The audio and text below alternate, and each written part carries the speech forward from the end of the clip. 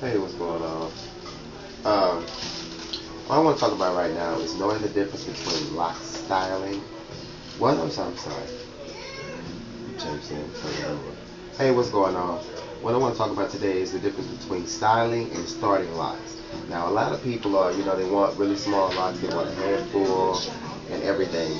But at the same time, you have to think futuristically about that lock and what it's going to do. Now that we know the the inevitable process of starting of having a dreadlock is having the shedded hairs form inside of the canal that we make. Now down the line, you cannot have that canal, especially if you have thick hair on a small base, without it giving issues of popping, snapping, especially if you're using just like waxes, hardeners, and different things like that. That hair enamel has then become weaker. So you have to make a bigger base. But for those that just want to twist, you can go in to make smaller bases to give the illusion of more hair. You can go in to give the illusion of just a more of a fullness, but you have to know how to form those parts. And especially in the styling, you have to make those parts extremely congruent. Because if not, you're going to have a big twist here, a small twist there, an ugly twist here, another twist there, and it's not going to work. Not on any level. So in this situation right here, we're not starting locks, but what I'm going through here doing is on someone that has a really defined curl pattern and it's a perfect loose to straight ratio to where it just forms very easily, effortlessly. But we're just putting some twist into the hair. We're not starting locks, because starting a lock on this amount of hair that's danger. That down the line screams, I'm gonna lose something. Especially if you're not conditioning, you're not shampooing, you just did your starter locks, some things, and you still just mixing in some things, and then you color it and everything else. So you have to, keep that balance associated into that lock or into that hair and the styling level of it, period, or you're gonna have major issues. And see how many we can get in here and give it more of a look at this point versus just, giving her the parts to style a lock. To start a lock. I'm giving a little diagonal angle because she's a woman. You want to keep it feminine, keep it beautiful, keep it nice. And then at the end, as I've already informed her, this can turn into a two-in-one style that can make it last a little longer. You can begin to take these corners apart a little bit and actually make it stand up a little more, give it the twist out look and everything else. Simple as that. In this situation, I used the 1-inch hard rubber comb. I could have used either one, the smaller half-inch or the 1-inch, and got the same result. But sometimes that 1-inch tangle on hair like this, and I didn't want any issues. But in this with twisting, I really wouldn't recommend a gel. If you're gonna use some gels, man, I can't even tell you how to do that. I can't really honestly. I was gonna try somehow, but I can't. It's just not gonna work. Is what's gonna happen is as soon as that gel dries up and the components of it in that gel, and it's gonna start doing what it's gonna do. You're gonna itch. You're gonna have irritation. You're gonna scratch. Your next result, you're gonna shampoo. Everything just went down the drain. Wasted time, wasted money, wasted effort, wasted everything. So might as well go and do it right the first time and cut the other stuff out. But wanted to show you the difference between starting a lock and just styling with a twist. It's very complex if you make it that way, but it can be very simple by just understanding hair, enamel, placement, parts, and everything else. Hey, what's up? Are you shaking them dice now? I want you to chew like you was just chewing them on camera though. That's what I need. Chew just like you were. Hey, what's going on? Me and Choppy, we feeling ratchet. She over here got her chew on. She just, you know what I'm saying? Got that Keisha right there. I just think they're being extra. Yeah, they're being extra. And I need somebody else to talk to them so you can get what we're doing. Anyway,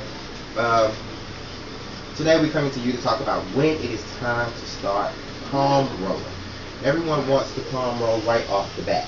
You cannot palm roll right off the bat because if that hair has not begun that budding factor right here, where I can take my hand and actually have a stopping point, then you do not palm roll yet. You're going to still take that hard rubber, half an inch, full inch comb, and you're gonna twist in the beginning. But this is not my fourth maintenance, but her fourth maintenance every 3 weeks. So this is her fourth month. She is fully locked up, and you see that she has a length here. This also is going to help within her locking process. I'm going to take my roots as I do it before, coming on down, making sure that everything is clean, even down to the finest of hair. Once I start this palm roll, this is going to start a different factor of locking for her hair. So I'm going to go in, I'm going to hit all of that. All of this has been maintenance, not just this. We've hit from center base on down to end. And once I clip it, I'm not going to clip up here, because watch what happens. That just lets go. Under the dryer, that's going to bulge out. So we're going to have tightness here. That's going to be fat. I don't want that. That's ugly. I don't need two-tone locks.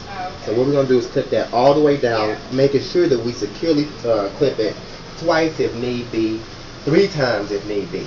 We're going through that head and making sure that you, at this point, go ahead and palm roll.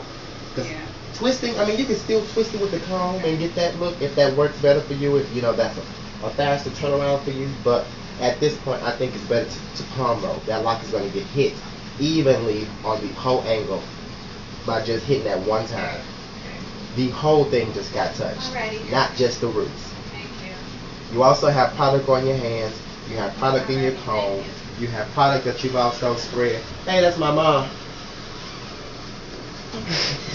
But you have product on your hands, product in your comb, product that you've also spread through the hair, because that's about all I'm going to use for this entire section. Getting in there real good, sliding that in, doing that thing. Where did we put this? There you go. So. You came over here and stole my skills. Everybody stole nothing from you.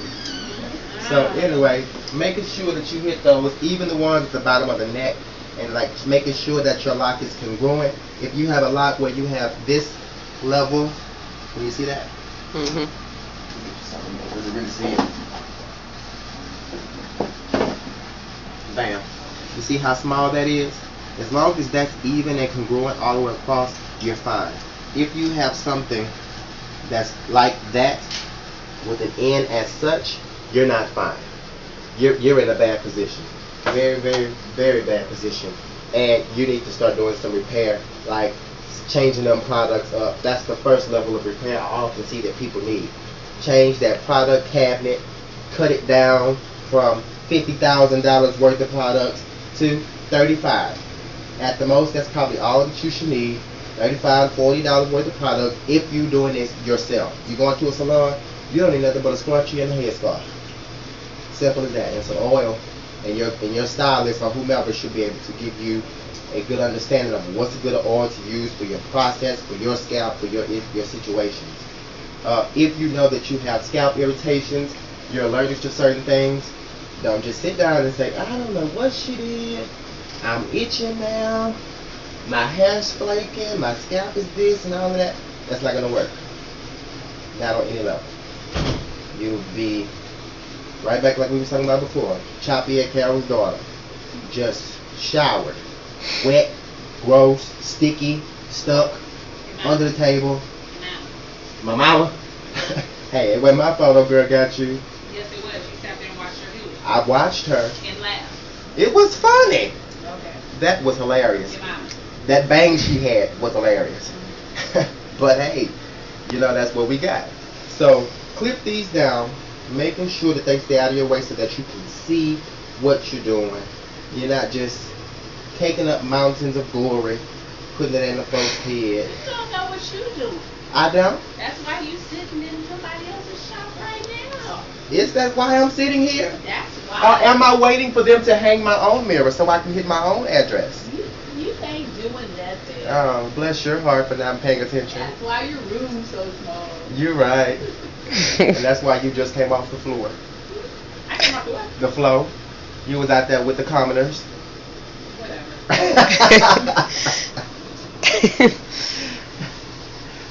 Boy, I tell you. But hey, that's easy breezy. Cover girl. Make it simple. Make it right. Make it easy, man. You ain't got to do all of that. I just started somebody locks over right now. This baby got soft loose curly hair. Tell me why the hell they use brown gel. Tell me why. That's what they had. That's just because it costs $1.09. And that's for the 15-pound jug. That don't even add up. That's what they had. Substantial product, $1.09. Spell evil for me. Spell who? That don't even. That don't even? Yeah. That's right. It's spelled just like 70. That's what it's spelled like. Anyway, so I don't get that. I never did get that. And then you know what I had a girl tell me the other day? I tried every gel it was out there. Ain't none of them hold my hair. Can you imagine that she didn't shampoo every time she put another gel in it? Can you imagine what that cake was like? That was cake. Just thick, crusty, pecan pie looking cake. Just big flakes on top of her head. Not I like that song. You like that song? Who wrote that? Rihanna. Oh, that. Oh, you know what? Like that part. No, you know what? That song is a trip. But anyway, that's what we're talking about. Know when the palm roll, putting the right products on your palm roll, keeping it easy, keeping it simple. As I put product in here, I'm gonna let Sharita get close to the camera with the camera so you guys can see. I didn't cake her in. She's not caked up. She's free. She's glowing. She's gonna have longevity. She's gonna have everything, and of course she's shining because her hair was wet. Ow! That's what I wanted to talk about. You people twisting dry hair, stop that. Stop that. That is not good. It's gonna snap, man. It has a pop back that just, those hairs just snap. You washed your hair 2 days ago and you basing this in today? Shampoo that hair, condition it, then go in for your retwist. That's when the hair is most vulnerable to taking in that twist like it needs to. That's when it's open. Come on. When it's open and available to do a little more. The elasticity, you have more room for that. And the porosity level, you have more room with that. Dry hair is just closed up tight. It is in its just rare form. You won't get as much as you need to with dry hair. And you have to be a little bit more careful. You can't put that many rotations into it before it starts to snap. So know when to retwist with the palm, when to retwist with the comb. Never twist dry. Get you some good oils, get you a good conditioner, and start your retwisting process. If you have to, revert back to that video, the entire retwist process that shows you, and that other one as well, start a lock, start to finish. Those two videos show you the basic dynamic. Everything else just keeps you in the game. So follow it up, keep it going, and make it work. I'm gonna go over here and steal some more chocolate food. So I'm gonna holler at you later.